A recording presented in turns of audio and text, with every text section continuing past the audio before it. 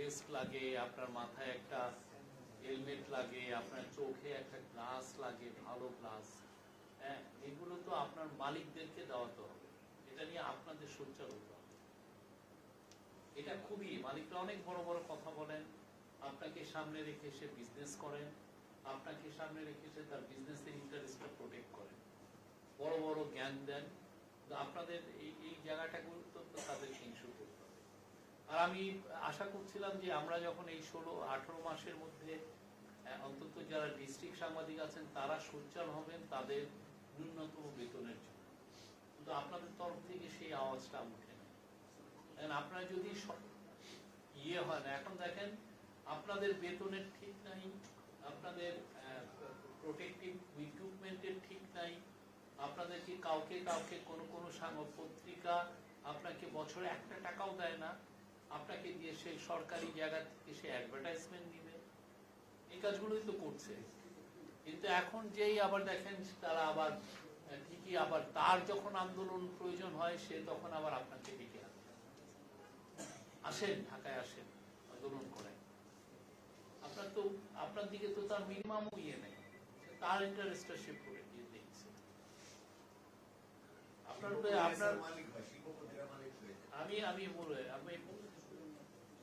আপনি দেখেন এটা, কিন্তু কথা হচ্ছে যে লোকটা উনি নিষ্ঠার সাথে একজন আসলেন, যে নিষ্ঠার সাথে চ্যানেল আইতে ছিলেন, আর একজন নিষ্ঠার সাথে এটিএন বাংলায় ছিলেন। বাংলাদেশের অনেক পত্রিকার বয়স 30, 35, 40 বছর। 40টা বছরে একটা মাসও আপনাকে বেতন দেয় না।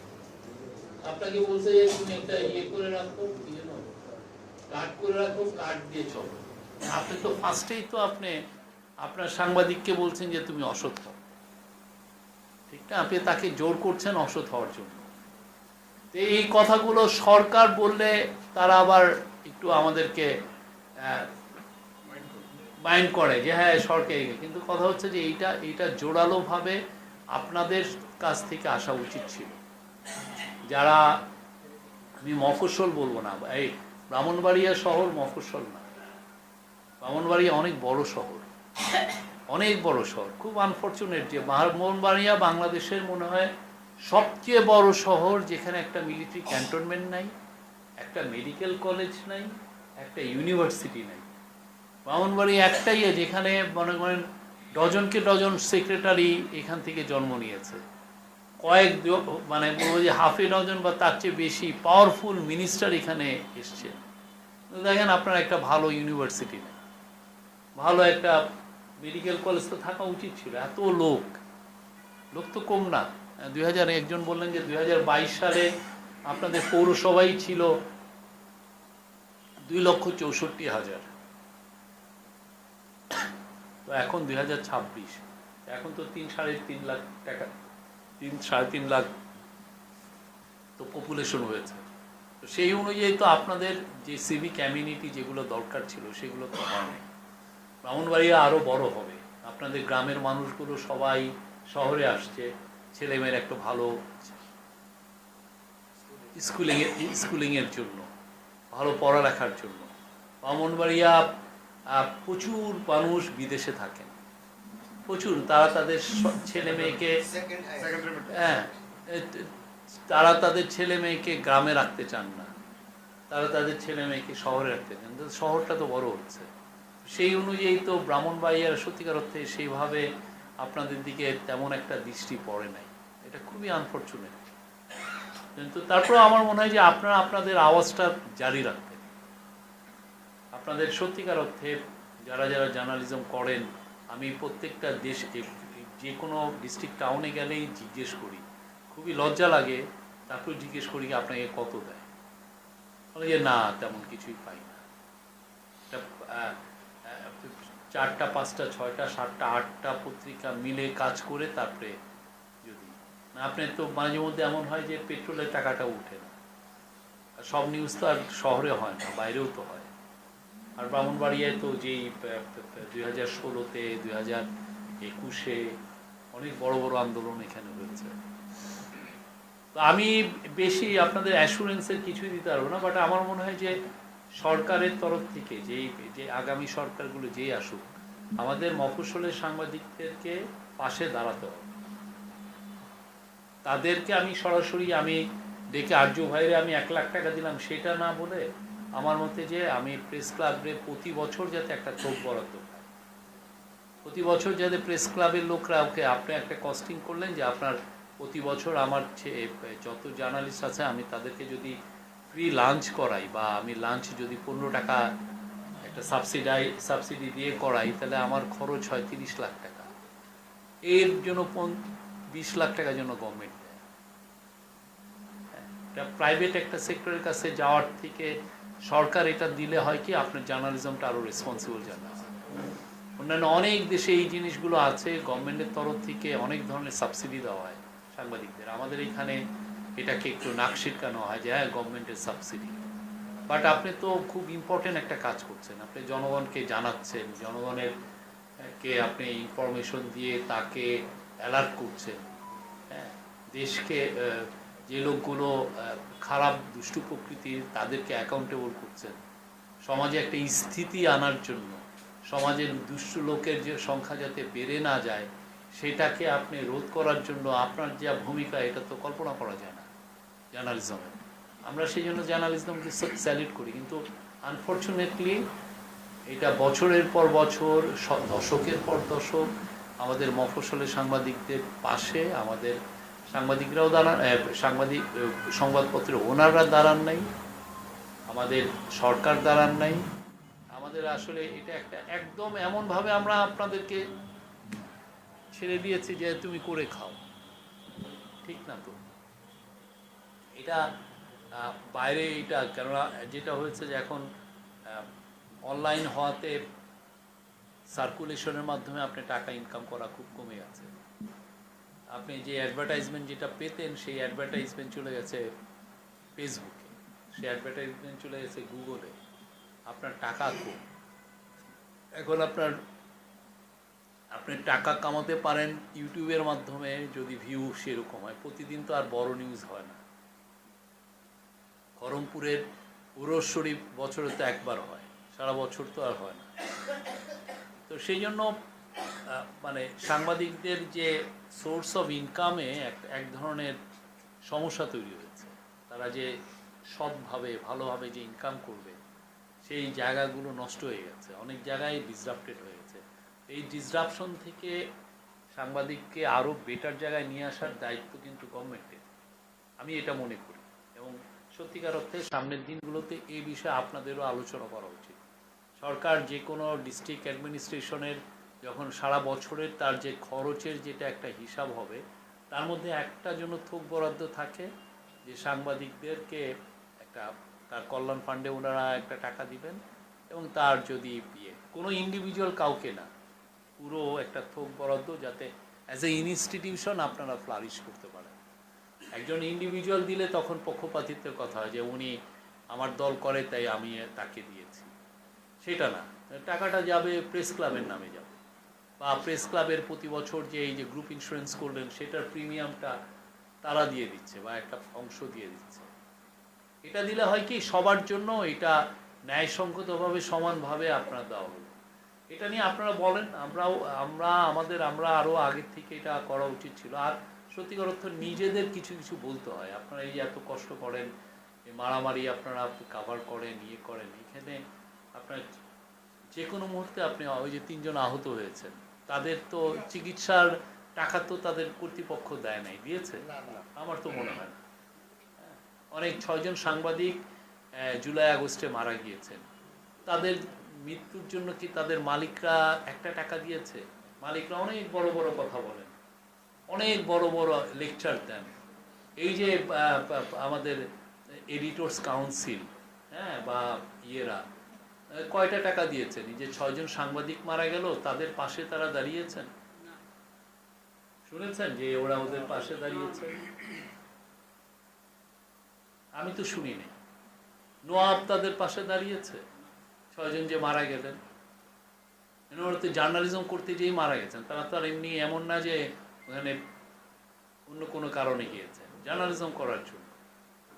এই বিষয়গুলো তো সবারই, মানে এটা নিয়ে কিন্তু আমরা বললে আবার ভাববে যে সরকার এটা বলছে, এটা আপনাদের বলা উচিত।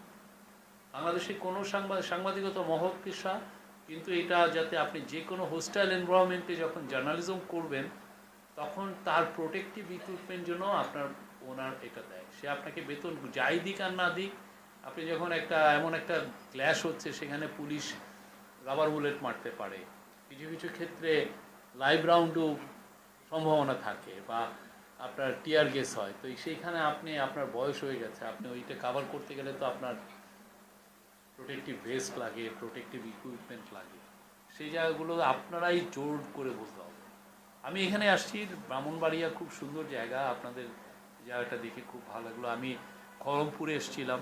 খড়মপুরে আপনি জানেন যে এই মাজারে 2004 সালে নির্মম অ্যাটাক হয়েছিল, আর্য ভাই জানেন। হ্যাঁ, তো অনেকে ভাবেন যে মাজারের অ্যাটাকটা খুব ইদানিংকার একটা ঘটনা, এই যে মাজারে যে মাজারের অ্যাটাক অনেক আগের থেকে হচ্ছে। হ্যাঁ, 2004-এ তখন বোধহয় বোমা মারা হয়েছিল, একজন মারা গিয়েছিল। তো ওই জায়গায় এই জন্য আসলাম, ওইখানে খুব নামকরা মাজার, সারা বাংলাদেশের থেকে সবাই আসেন। হ্যাঁ, আমাদের সবার সাথে হারমোনির সাথে একসাথে থাকতে হবে। যারা মাজারপন্থী তাদেরকে সম্মান করতে হবে, যারা মাজারে যান না তাদেরকেও সম্মান করতে হবে। যার যেটা, আপনার যেটা মত আপনি সেই মতে থাকেন, বাট সবার মতকে যেতে আমরা সম্মান করি। আমার ভালো লাগে না একটা জায়গায় আমি যাব না, ঠিক না, কিন্তু আরেকজনের যদি ভালো লাগে তাকে আমি কেন বাধা দিব? আর খড়মপুরের মাজার তো অনেক অনেক পুরনো, আমাদের মাজার অনেক পুরনো, আর মাজারগুলো আমাদের দেশের সংস্কৃতিকে তো তারা ধারণ করে, তারা গানের আয়োজন করে। এই যে দেখবেন যে অনেক মাজারে, আপনাদের এখানেও তো অনেকগুলো মাজারে গানের আয়োজন হয় না? এই যে যারা সারা বছর এই শীতকালের সময় দেখবেন যে অনেক খালেক দেওয়ান, রীতা দেওয়ান, কত আছে না, মুক্তা সরকার, অনেক, একটা না তো, এরকম গ্রুপ আছে, ধরেন 200-300 গ্রুপ আছে, তারা প্রত্যেকটা মাজারে মাজারে যে তারা এই গান করেন। হ্যাঁ, আনন্দের সাথে করেন, খুব যে বেশি টাকা পয়সা পান তা তো না। কারণ এই কালচারকে যদি আপনি কেউ অ্যাটাক করে, সেটা তো একদম খুবই গর্হিত কাজ, এটা নিন্দা। হ্যাঁ, না না না, সরি, এগুলো বিতাড়িত প্রশ্ন উঠে কেন? যার যা ধর্ম, যার যা মত, যার যা পছন্দ, সবাইকে সেটাকে আপনাকে সম্মান দিতে হবে। এই জন্য আমি এইখানে আর বাড়াবো না কথা।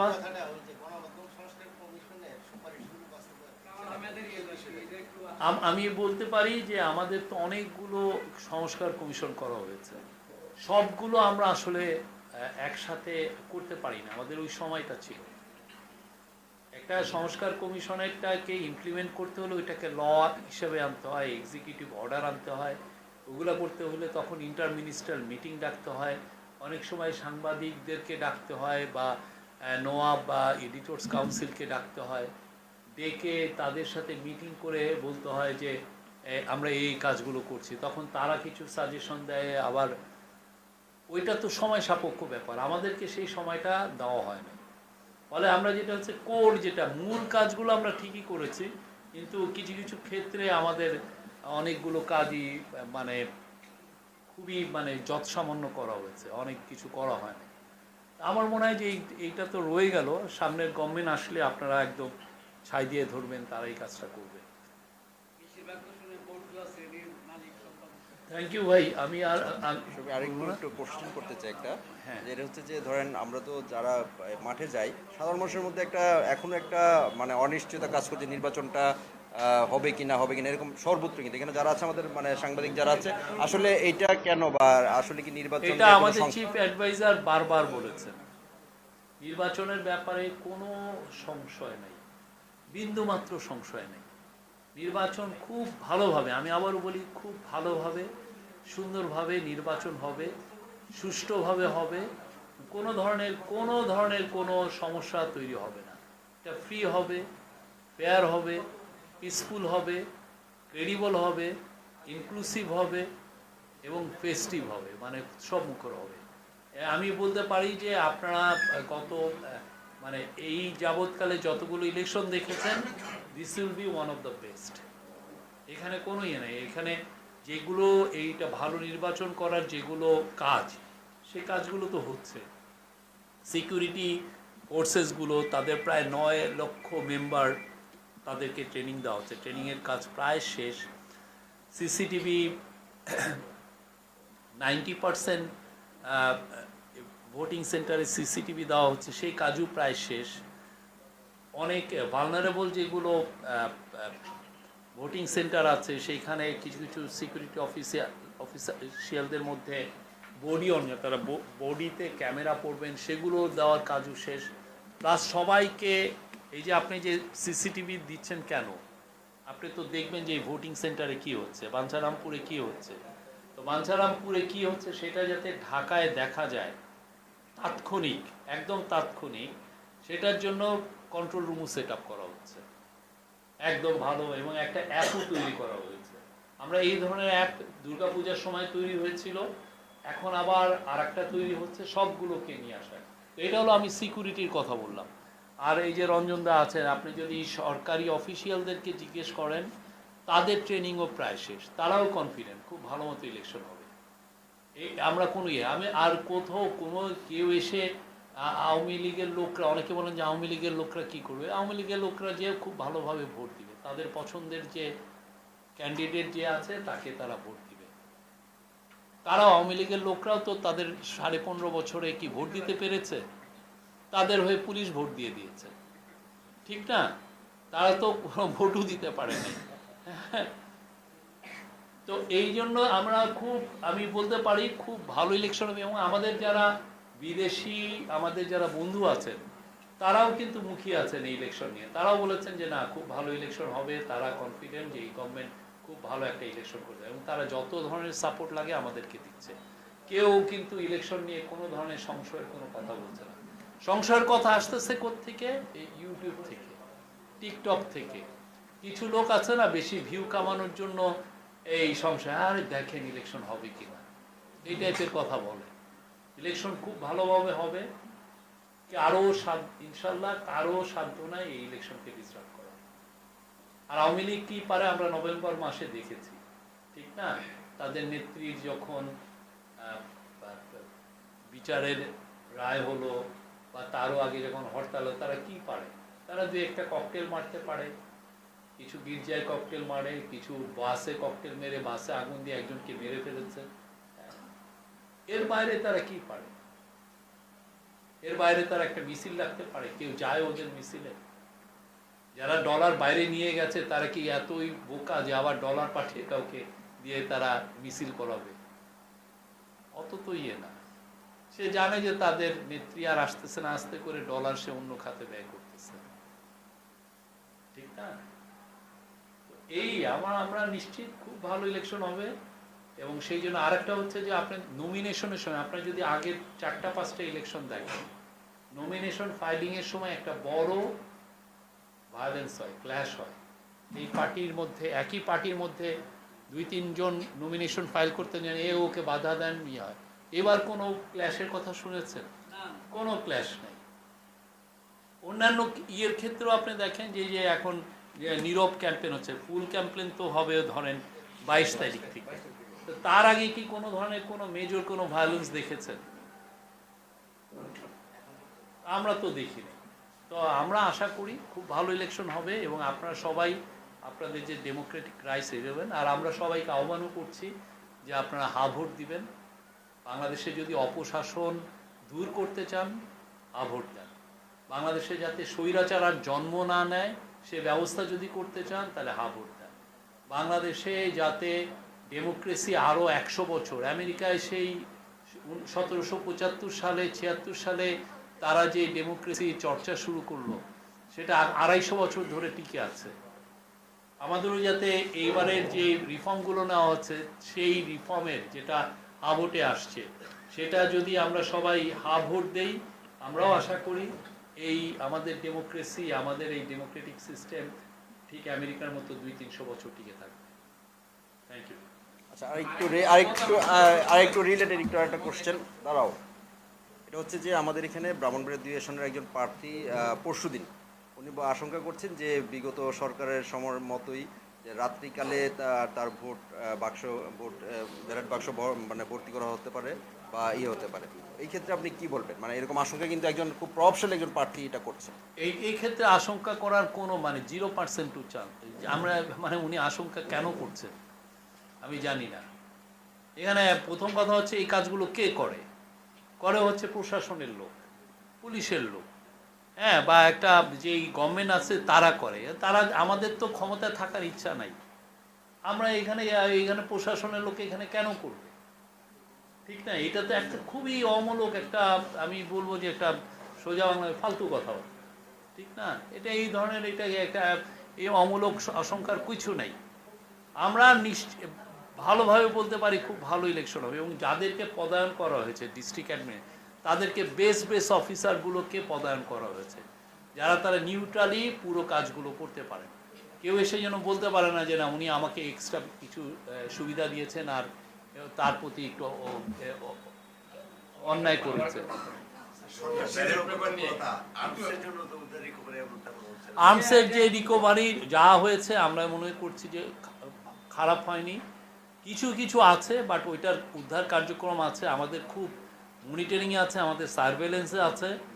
কোনো মিনিমামও আমরা যদি টের পাই যে এখানে একটা দুইটা আর্মস আছে, সেগুলো উদ্ধারের কাজ হচ্ছে। সো এটা নিয়ে আপনাদের কোনো চিন্তা করার কিছু নেই। কোনো চাপ নাই। কেউ এসে আমাদেরকে বলছে না যে আওয়ামী লীগকে ইলেকশনে নিয়ে আসো, কেউ বলছে না। হ্যাঁ, আওয়ামী লীগ যেই ধরনের খুন এবং ভয়ানক ডাকাতির রাজ্য কায়েম করেছিল, এটা তো পুরো পৃথিবীবাসী জানে।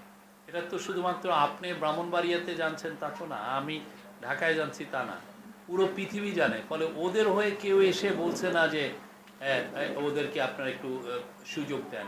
হয়তোবা বলার সুযোগ তো আওয়ামী লীগই রাখে নাই। আওয়ামী লীগের কেউ এসে কি ক্ষমা চাচ্ছে? কেউ অনুতপ্ত হচ্ছে? আর ওরা বলছে যে কি পুলিশকে কারা মারছে, 3000 পুলিশকে মারছে, আর যারা আন্দোলন করলো তাদের আন্দোলন তো একটা দুইটা ছেলে মেয়ে করে নাই। আপনাদের এখানে কারা আন্দোলন করেছে? মেয়েরা নামে না এখানে? হ্যাঁ, মেয়েরা ছিল সামনে। ব্রাহ্মণবাড়িয়াকে বলা হয় কনজারভেটিভ একটা জায়গা, সেইখানে আন্দোলনের সম্মুখ ভাগে ছিল মেয়েরা। আর অথচ বলতেছে কি যারা নেমেছে তারা সব জঙ্গি। বাংলাদেশের মানুষকে আপনি, পুরো বাংলাদেশ মানুষ আপনি জঙ্গি বানিয়ে দিয়েছেন। ইনায়েতুল্লাহ খান খুব নামকরা সাংবাদিক ছিলেন। উনি বলেছিলেন যে শেখ মুজিবুর রহমান যেই পলিসি নিয়েছিলেন তাতে করে সারা বাংলাদেশের তখন 6,50,00,000 লোককে উনি রাজাকার বলেছিলেন। হ্যাঁ, তো আওয়ামী লীগের এখন শেখ হাসিনা এবং তার সাঙ্গপাঙ্গরা পুরো বাংলাদেশের সবাইকে জঙ্গি বলছেন। আপনি এগুলো বললে কি পৃথিবী কে আছে যে তার প্রতি মিনিমামও মানে সিম্প্যাথি দেখাবে?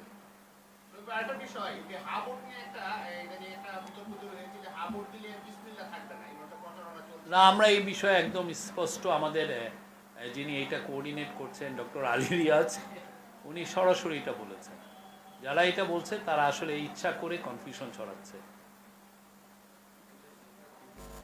আমার প্রশ্নটা হলো যেটা যে ব্যালট পেপার নিয়ে এসে বিএনপি একটা দিয়েছে যে তাদের ইয়াটা নিচে পড়েছে বা এটা করতে গেলে এই বিষয়ে ইলেকশন কমিশন কিন্তু কালকে ব্রিফিং করেছে।